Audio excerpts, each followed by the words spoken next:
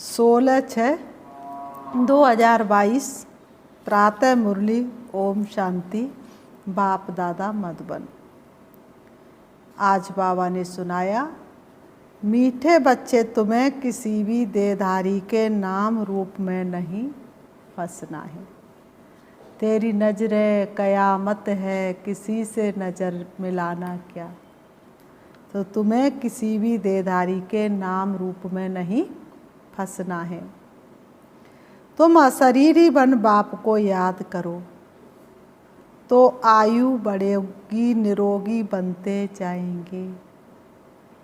तुम अशरीरी बन बाप को याद करो तो आयु बढ़ेगी, निरोगी बनते जाएंगे।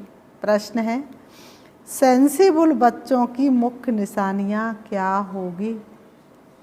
सेंसिबल बच्चों की मुख्य निशानियाँ क्या होगी? उत्तर, जो सेंसिबल होंगे वह पहले स्वयं में धारण कर फिर दूसरों को कराएंगे। कर्म हमारे श्रेष्ठ बनेंगे जब हम खुद पर गौर करेंगे और जैसा कर्म हम करेंगे हमें देखकर और करेंगे। पहले हम सुधरेंगे तब जग सुधरेगा। स्व परिवर्तन ही विश्व परिवर्तन है। स्वयं में परिवर्तन नहीं तो विश्व के अंदर परिवर्तन तुम्हें दिखाई दे नहीं सकता, भले ही विश्व बदल जाए। इसलिए बाबा ने कहा, जो सेंसिबल होंगे वह पहले स्वयं में धारण कर फिर दूसरों को कराएंगे। बादल भरकर जाए वर्षा करेंगे। पढ़ाई के समय उबासी नहीं लेंगे। होशियार बच्चे कभी उबासी लेते हैं क्या पढ़ाई के समय पर? उनका चित्त तो एकाग्र रहता है। ब्राह्मणियों पर जिम्मेवारी है, यहाँ उन्हें ही लेकर आना है जो रिफ्रेश होकर जाए फिर वर्षा करे। नंबर 2, यहाँ वही आने चाहिए जो योग में अच्छी तरह रहकर वायुमंडल को पावरफुल बनाने में मदद करें।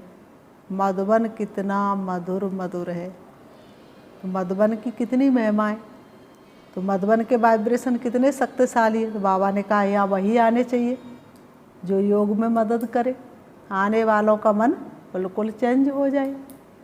यही तो सेवा है। विघ्न ना डाले। यहाँ आसपास बड़ी शांति रहनी चाहिए, कोई भी प्रकार का आवाज़ ना हो। गीत है ओम नमो शिवाय। ओम शांति। ओम शांति का अर्थ तो समझाया है ना। बाप कहते हैं आत्मा और परमात्मा दोनों ही शांत स्वरूप हैं। ओम शांति का क्या अर्थ है?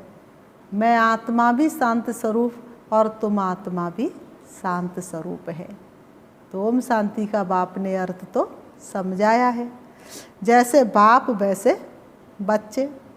तो बाप बच्चों को समझाते हैं, तुम शांत स्वरूप तो हो ही, बाहर से कोई शांति नहीं मिलती है। बाबा ने कहा, बाहर से शांति मिलने वाली नहीं है। काशी में, काबा में, भटके कैलाश में कहीं भटकते रहो, शांति तो आत्मा का स्वधर्म है। बाबा ने कहा, ये रावण राज्य है ना, अब इस समय सिर्फ तुम अपने को, अपने बाप को याद करो। मैं इसमें विराजमान हूँ, तुमको जो मत देता हूँ उस पर चलो। बाबा कोई भी नाम रूप में नहीं फंसाते हैं। ये नाम रूप है बाहर का, इस रूप में तुमको फंसना नहीं है। दुनिया सारी नाम रूप में फंसाती है। गुरुओं के लॉकेट पहन लेंगे गले में, गुरुओं की तस्वीर लगा लेंगे, तो सारी दुनिया तो कहाँ फंसाती है? नाम रूप में। पर बाबा तो तुम्हें नाम रूप में नहीं फंसाते हैं। बाबा कहते इन सबके नाम रूप हैं, इनको याद नहीं करो, अपने बाप को याद करो। तुम्हारी आयु भी याद से बढ़ेगी, निरोगी भी बनेंगे। लक्ष्मी नारायण भी तुम्हारे जैसे थे, सिर्फ सजे सजाए हैं, हीरे जवाहरातों से सजे सजाए हैं। ऐसे नहीं कोई छत जितने लंबे चौड़े। पांडवों को दिखाया, उन्होंने 100 कौरवों पर जीत पाई तो उन्होंने पांडवों को इतना लंबा लंबा बना दिया। राक्षसों को दिखाया विघ्न डालते तो उनके लंबे लंबे दांत दिखा दिए। पर बाबा ने कहा ऐसे तो ना राक्षस होते हैं और ना ही लंबे लंबे देवता होते हैं, मनुष्य तो मनुष्य ही है। तो बाप कहते कोई भी देहधारी को याद नहीं करना है, देह को भूलना है, अपने को आत्मा समझो, ये शरीर तो छोड़ना है। छोड़ के संसार जब तू जाएगा तो संसार छोड़ करके तो जाना है। दूसरी बात गफलत नहीं करो, विकर्मों का बोझा सिर पर बहुत है, बहुत भारी बोझा है, सिवाय एक बाप की याद के कम नहीं हो सकता। बाप ने समझाया है जो सबसे ऊंच पावन बनते वही फिर सबसे पतित बनते हैं। इसमें बंडर नहीं खाना है। बाबा ने कहा इसमें क्या बंडर खाना है, अपने को देखना है, बाप को बहुत याद करना। वो मुखड़ा देख ले प्राणी, जरा दर्पण में देख ले कितने पुण्य हैं कितने पाप तेरे जीवन में।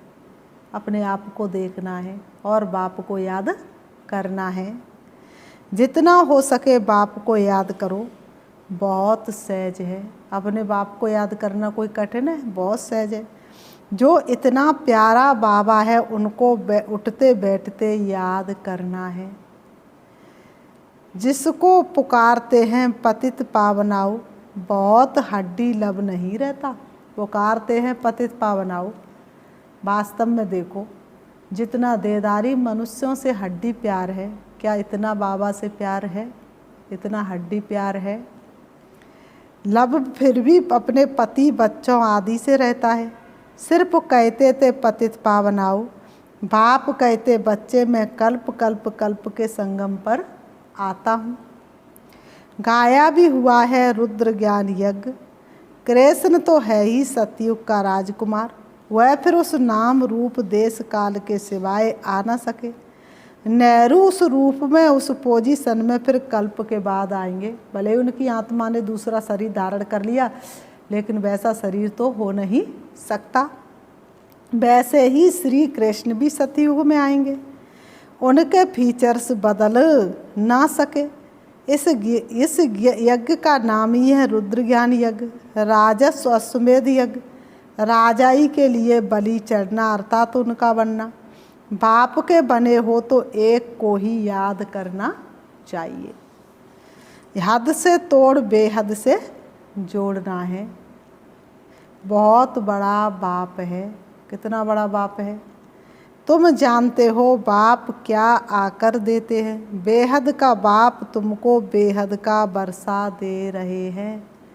करुणा हम पर बरस रही है बाबा के उपकारों की। रंग बिरंगे फूलों से कलियां में की अरमानों की, जो कोई दे ना सके। मनुष्य तो सब एक दो को मारते काटते रहते हैं। आगे ये थोड़ा ही होता था। पहले क्रोध भी कैसा था, तमो प्रधान नहीं था, तमो था। बाप बेटे के चांटा मार देता था, लेकिन बेटा कभी बाप के चांटा नहीं मारता था। आज तो क्रोध तमो प्रधान हो चुका है। तुम जानते हो बाबा फिर से आया हुआ है। कहते हैं कल्प कल्प के संगम युगे जब नई दुनिया की स्थापना करनी है तब मैं आता हूँ। मांगते भी है नई दुनिया नया राम राज्य, वहाँ सुख संपत्ति सब है, झगड़ा करने वाला कोई होता नहीं।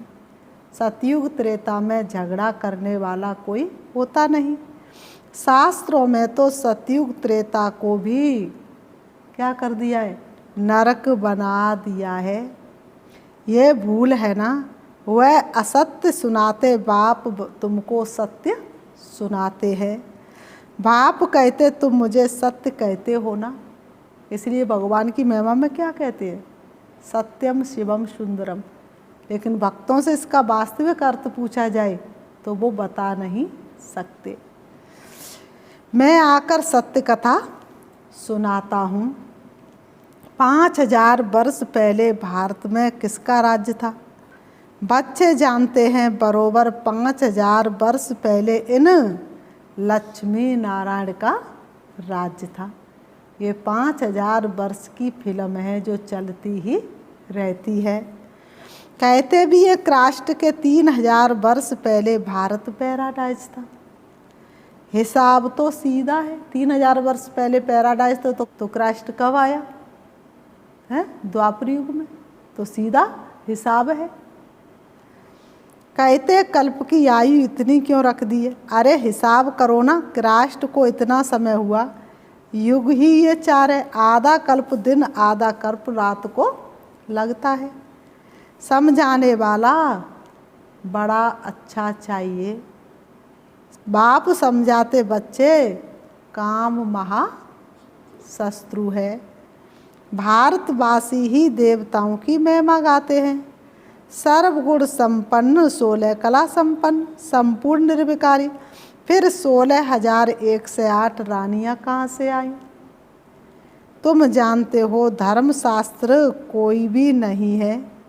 धर्मशास्त्र उनको कहा जाता है जिसे धर्म स्थापक ने उच्चारा।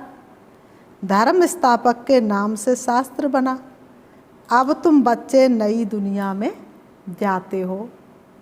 ये सब पुराना तमो प्रधान है।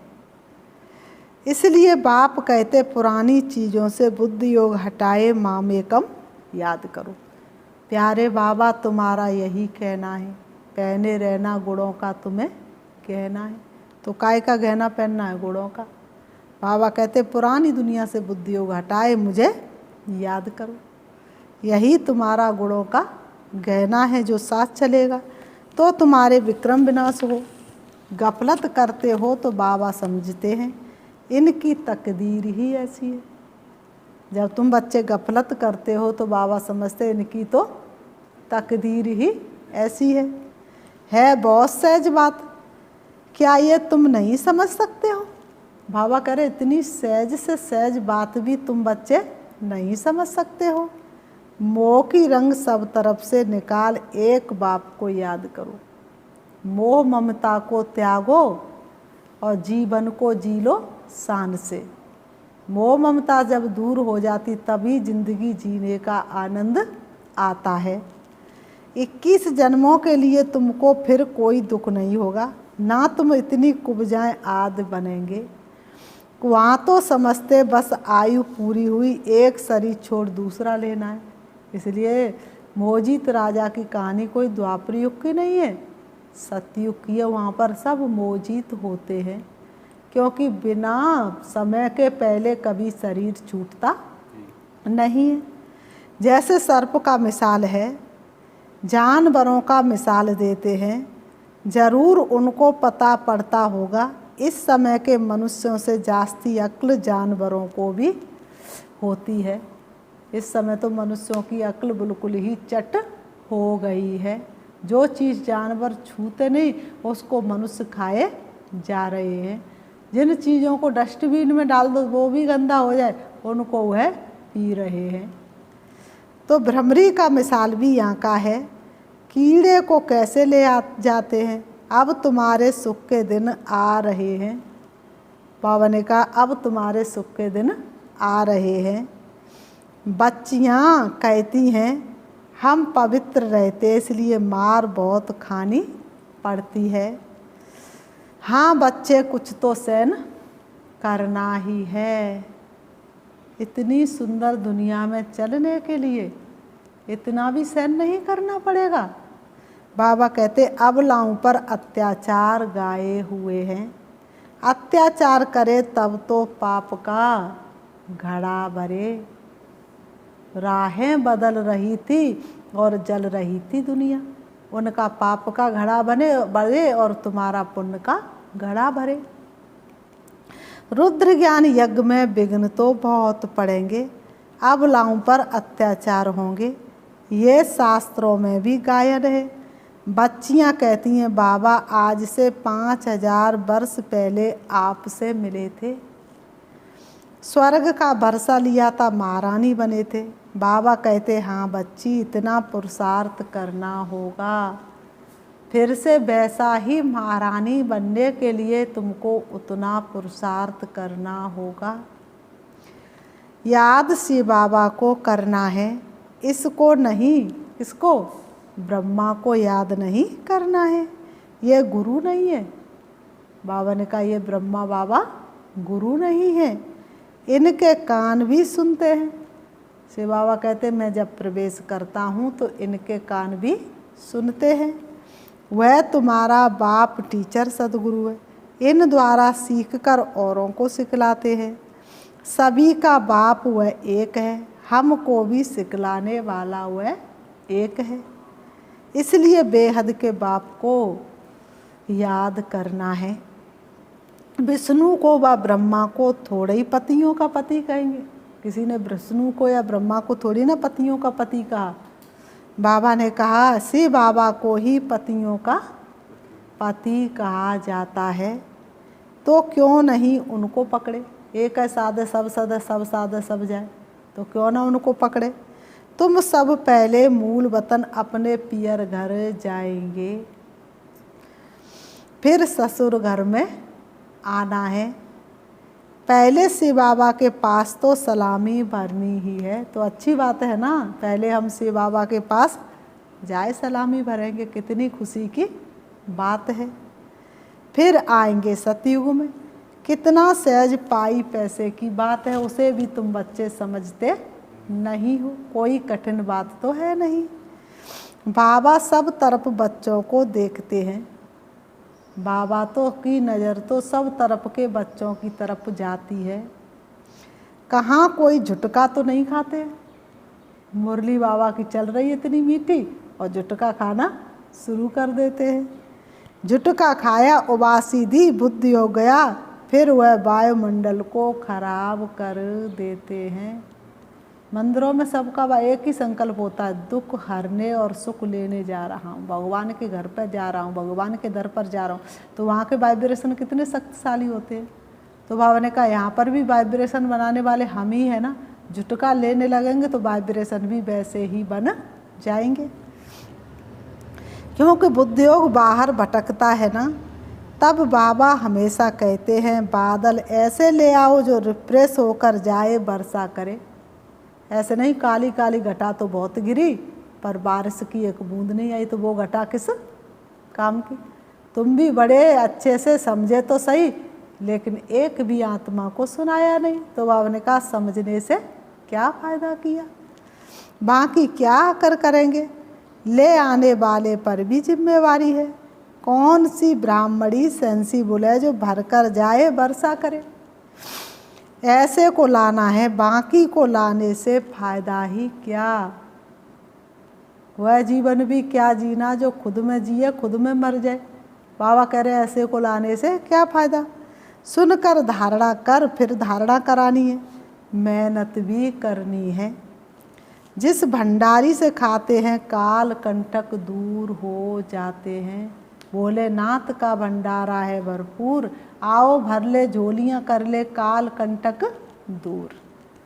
भोलेनाथ के भंडारे से अगर खाओगे, भोलेनाथ का भंडारा समझकर स्वीकार करोगे तो सारे काल कंटक दूर हो जाएंगे। तो यहाँ वह आने चाहिए जो योग में भी अच्छी रीति रह सके, नहीं तो वायुमंडल को खराब कर देते हैं। इस समय और ही खबरदार रहना है, फोटो आदि निकालने की भी बात नहीं। जितना हो सके बाप को याद में रह योगदान देना है। आस पास बड़ी शांति रहनी चाहिए। हॉस्पिटल हमेशा बाहर एकांत में रहती है। पहले तो हॉस्पिटल एकांत में रहती थी, कॉलेज भी एकांत में होते थे, जहाँ आवाज़ ना हो। पेशेंट को शांति चाहिए, तुमको डायरेक्शन मिलता है तो उस शांति में रहना है। बाप को याद करना, ये है रियल शांति। बाकी आर्टिफिशियल। किसी का शरीर छूटता है तो कहते 2 मिनट शांति का दान दो, तो 2 मिनट शांत हो गए, लेकिन शांति के सागर के पास तो पहुँचे नहीं, तो रियल शांति कहाँ से मिलेगी। वह कहते हैं ना 2 मिनट डेड साइलेंस, परंतु वह 2 मिनट बुद्धि पता नहीं कहाँ कहाँ रहती है।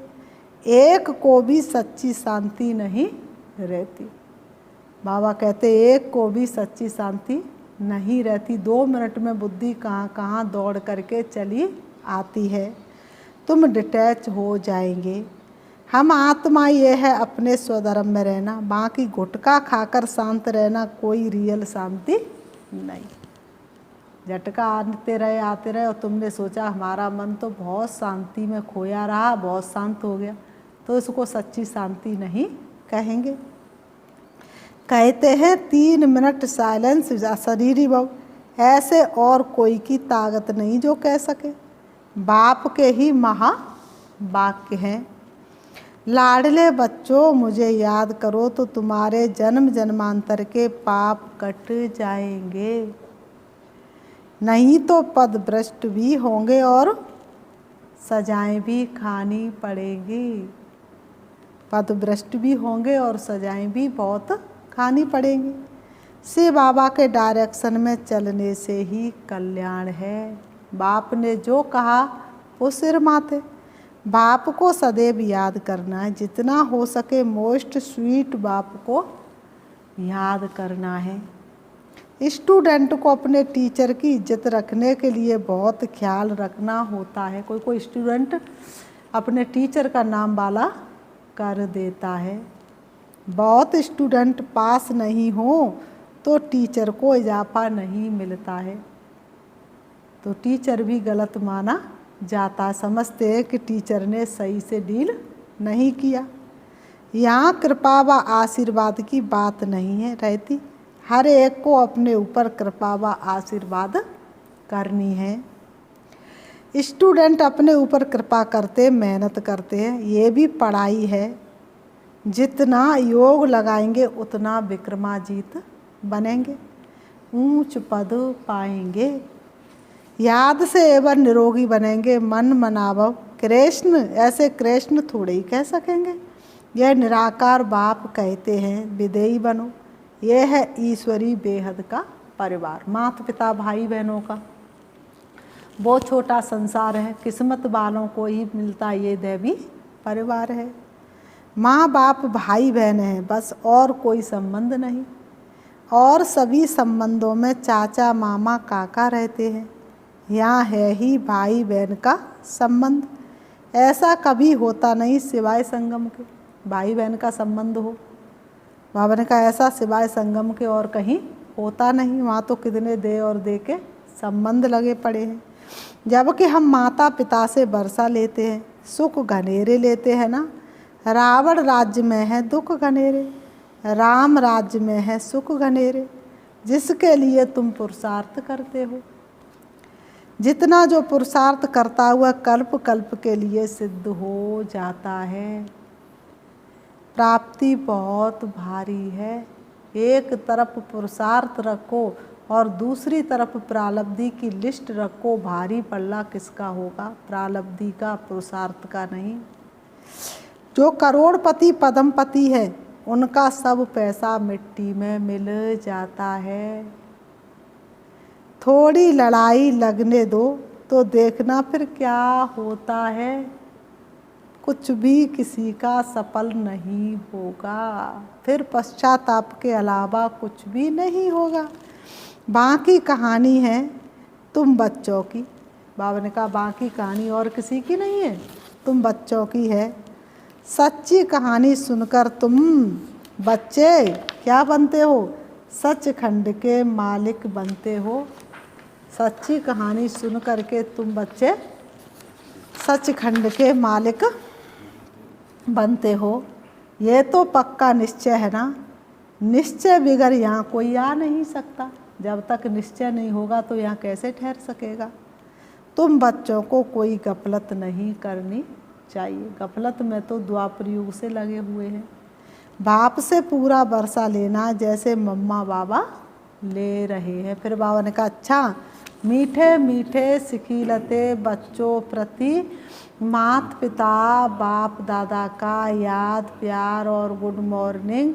रूहानी बाप की रूहानी बच्चों को नमस्ते। हम रूहानी बच्चों की रूहानी बाप दादा को याद प्यार और नमस्ते नमस्ते नमस्ते नमस्ते। धारणा के लिए मुख्य सार नंबर 1, शरीर से डिटैच हो, स्वधर्म में स्थित रहने का अभ्यास करना है। शरीर से डिटैच हो स्वधर्म में स्थित रहने का अभ्यास करना है। जितना हो सके मोस्ट बिलवेड बाप को याद करना है। मोह की रंग सब तरफ से निकाल देनी है। नंबर 2, पढ़ाई पर पूरा ध्यान दे। अपने ऊपर आप ही कृपा व आशीर्वाद करनी है। इसलिए क्या गाते भक्ति मार्ग में, चित्रकूट के घाट पर भई संतन की भीड़, और तुलसीदास चंदन घिसे सो तिलक देत रघुवीर। चंदन हमें खुद ही घिसना है और तिलक ज्ञान का लगाना है, तब सतयुग का मालिक बनेंगे। बुद्धि योग हद से तोड़ बेहद से जोड़ना है। बाप का बनकर बाप पर पूरा पूरा बलि चढ़ना है। वरदान, सदा सत्य के संग द्वारा कमजोरियों को समाप्त करने वाले सहज योगी सहज ज्ञानी भव। सदा सत्य के संग द्वारा कमजोरियों को समाप्त करने वाले सहज योगी सहज ज्ञानी भव। स्पष्टीकरण, कोई भी कमजोरी तब आती है जब सत्य के संग से किनारा हो जाता है, दूसरा संग लग जाता है। इसलिए भक्ति में कहते सदा सत्संग में रहो। सत्संग अर्थात सदा सत्य बाप के संग में रहना है। आप मरे आप सबके लिए सत्य बाप का संग अति सहज है, क्योंकि समीप का संबंध है। तो सदा सत्संग में रह कमजोरियों को समाप्त करने वाले सहज योगी सहज ज्ञानी भव। स्लोगन, सदा प्रसन्न रहना है तो प्रशंसा सुनने की इच्छा का त्याग कर दो। सदा प्रसन्न रहना है तो प्रशंसा सुनने की इच्छा का त्याग कर दो। मातेश्वरी जी के अनमोल महावाक्य, मुक्ति और जीवन मुक्ति की स्टेज। मातेश्वरी जी के अनमोल महावाक्य, मुक्ति और जीवन मुक्ति की स्टेज। मुक्ति और जीवन मुक्ति दोनों स्टेज अपनी अपनी है। अब जब हम मुक्ति अक्षर कहते तो मुक्ति का अर्थ है आत्मा शरीर के पाठ से मुक्त हो। गोया आत्मा का शरीर सहित सृष्टि पर पाठ नहीं है। जब आत्मा का मनुष्य हस्ती में पाठ नहीं है, गोया आत्मा निराकारी दुनिया में है, सुख दुख से न्यारी दुनिया में है। इसको ही मुक्त स्टेज कहते हैं। उसे कोई मुक्ति पद नहीं कहते, उसे मुक्त स्टेज कहते, लेकिन मुक्ति पद नहीं कहते। मुक्ति धाम में तो कोई पद होता ही नहीं। और जो आत्मा कर्म बंधन से मुक्त है, अर्थात शरीर के पाठदारी होते भी वो कर्म बंधन से न्यारी है, तो उसे जीवन मुक्ति पद कहते हैं। जो सबसे ऊंची स्टेज है वो है हमारी देवताई प्रारब्धि। इस ही जन्म में पुरुषार्थ करने से यह सतयुगी देवताई प्रारब्धि मिलती है। वो है हमारा ऊंच पद, परंतु जो आत्मा पाठ में नहीं है उन्हों को पद कैसे कहें। जब आत्मा का स्टेज पर पाठ नहीं तो मुक्ति कोई पद नहीं है। अब इतने जो मनुष्य संप्रदाय हैं वो कोई सबके सब सतयुग में नहीं चलते, क्योंकि वहाँ मनुष्य संप्रदाय कम रहती है। तो जो जितना प्रभु के साथ योग लगाए कर्मातीत बने वो सतयुगी जीवन मुक्ति देवी देवता पद पाते हैं। बाकी जो धर्मराज की सजाएं खाकर कर्म बंधन से मुक्त हो शुद्ध बन मुक्ति धाम में जाते हैं, वह मुक्ति में है, लेकिन मुक्ति धाम में कोई पद नहीं है। वह स्टेज तो बिगर पुरुषार्थ आप ही अपने समय पर मिल ही जाती है। जो मनुष्यों की चाहना द्वारा द्वापर से लेकर कलयुग के अंत तक उठती आई है कि हम जन्म मरण के चक्र में ना आए, वो आस अपूर्ण होती है। मतलब जो तो सर्व आत्माओं को बाया मुक्ति धाम से पास अवश्य होना है। अच्छा, ओम शांति। ये रहे ईश्वरी माँ वाक्य। बाबा ने जैसे आज बताया, देह और देह के संबंधों से दूर, जैसे आत्मा शांत स्वरूप है ऐसे ही आत्मा के पिता शांत स्वरूप हैं। तो आइए हम 5 मिनट देह देह की दुनिया से दूर शांति के सागर में जाके समाएंगे। चलिए थमान देंगे अपने आप को। मैं आत्मा शांत स्वरूप हूँ। शांति मुझ आत्मा का स्वधर्म है। शांति के सागर पिता परमात्मा की मैं प्रिय संतान हूँ।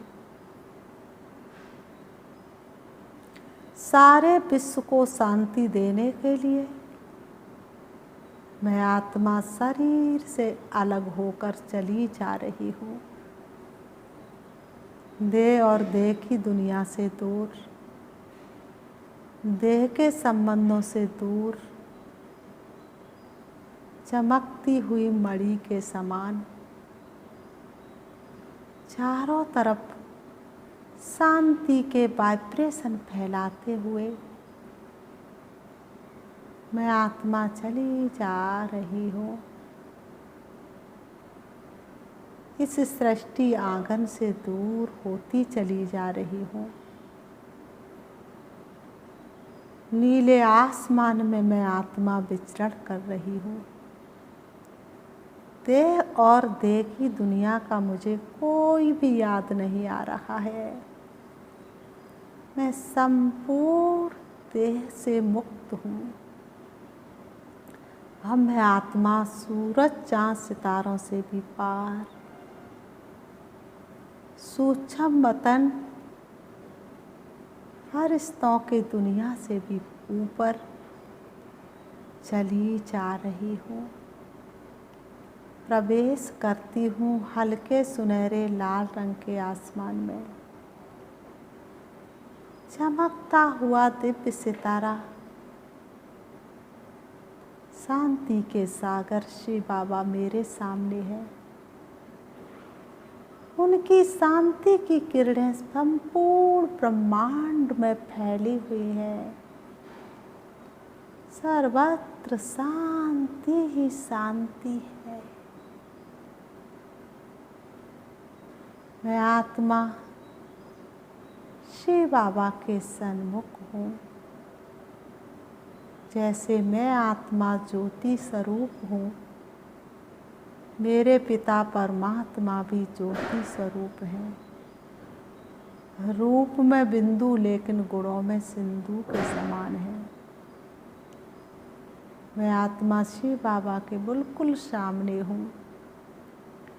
शांति के सागर श्री बाबा से शांति की किरणें निकल निकल के मुझ में समा रही हैं। शांति के सागर श्री बाबा की शांति की किरणों में मैं आत्मा पूरी तरह से ढकी हुई हूँ। मुझ आत्मा का कोना कोना शांत होता चला जा रहा है। ऐसी शांति तो कहीं नहीं मिली। मैं आत्मा संपूर्ण शांति का अनुभव कर रही हूँ।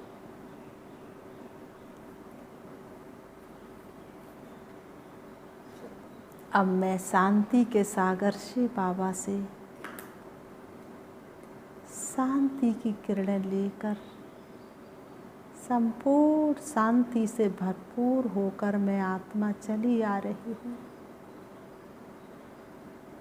परम धाम से नीचे, सूक्ष्म वतन से भी नीचे मैं आत्मा आ रही हूँ। मेरी शांति की किरणें संपूर्ण अंतरिक्ष में फैलती जा रही है। अब मैं तारागढ़ से भी नीचे, चंद्रमा से भी नीचे, सूरज से भी नीचे मुझे आत्मा की शांति की किरणें विश्व के कोने कोने में फैल रही हैं। सारे विश्व की आत्माएं शांत होती चली जा रही हैं, बुराइयों से मुक्त हो रही हैं। अब मैं आत्मा धीरे से अपने देह रूपी वस्त्रों के पास आ जाती हूँ।